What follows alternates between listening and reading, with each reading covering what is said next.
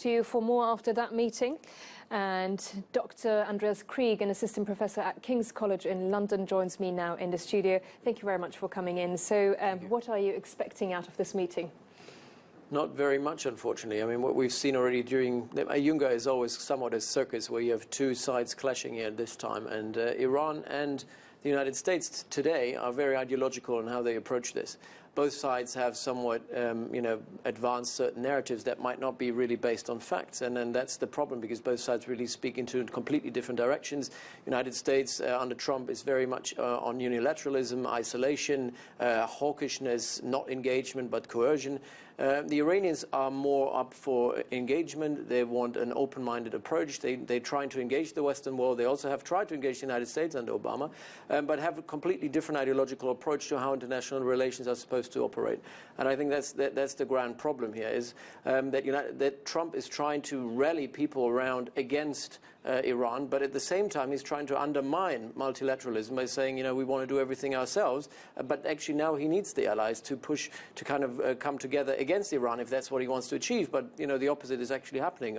US allies are actually operating against Donald Trump and seem to engage with Iran, thereby undermining the strategy. What he said yesterday in his speech, rejecting the idea of globalism. Yes, exactly. I mean, he's an anti-globalist and anti-globalization. China isn't, Iran isn't, the Europeans aren't. All of them believe in multilateralism, and I think that's why their camp is probably a stronger one. And Trump seems to be somewhat isolated in his push, in his hawkish push to isolate Iran. Well, last year it was North Korea. He called him a rocket man, and yesterday he thanked the chairman Kim, and this time round it's Iran. Why now? Well, the whole North Korea thing seems to have provided him with the confidence that his push to get deals is actually successful. As a businessman, Donald Trump was always someone who used coercion, putting pressure on people, and then basically first coercion and then engagement, and then getting the kind of concessions that he wanted. Now, it seemed to have worked with North Korea, although we have to make sure here that to say that Donald Trump hasn't achieved anything with North Korea yet. Everything is preliminary. Nothing has really substantially been achieved. But that's, for him, is a deal.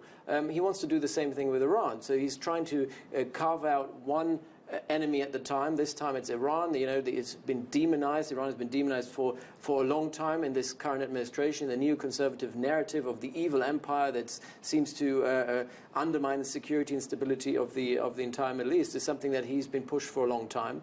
But the problem with Iran is by pushing against Iran, isolating Iran, attacking Iran, and calling for regime change, the regime in Iran is obviously not going to engage in any talks, particularly when it doesn't have to. And I think that's a very important point to make here. The United States today are no longer in that kind of position that they might have been 20 years ago. They are no longer the only superpower in the world. There are other alternatives, and the Iranians know it, also when it comes to trade.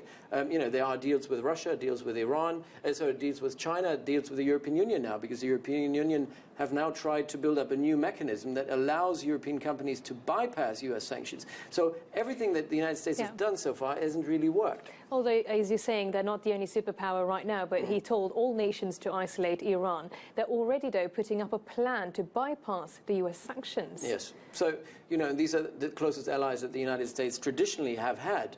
But the European Union and the European states individually, Macron and Merkel in particular, they don't buy into the narrative of Iran being the evil empire. They see Iran as an opportunity. They are unhappy with how Iran is dealing, with foreign policy in Yemen and in Iraq and in Syria, because it has been a destabilizing factor. They don't like how Iran is dealing with its ballistic missile program.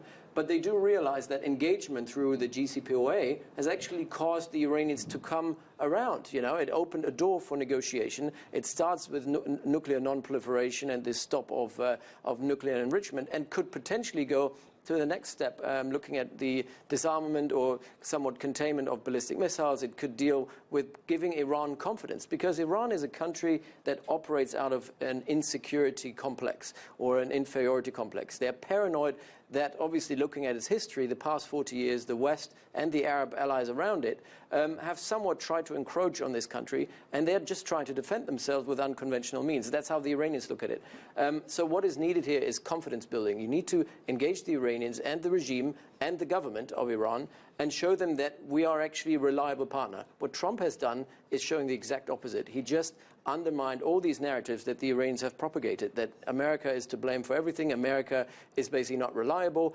And the closest allies that they have, the Americans right now, the Europeans in particular, they've been telling them, actually, no, we do want to be reliable and we do believe in the JCPOA and we think engagement is the right way forward. And the same is true now for the Gulf as well. If you look at the GCC, the 6 Gulf countries, the Arab Gulf nations, were always standing somewhat against Iran. But with the Qatar crisis last year, we have now a situation where Qatar, Oman and Kuwait are not so much hawkish anymore, but seeing Iran potentially as a partner rather than an enemy, and in very pragmatic terms, because they share a common region and they understand that in a common region, in a globalized environment, you need to engage rather than confront.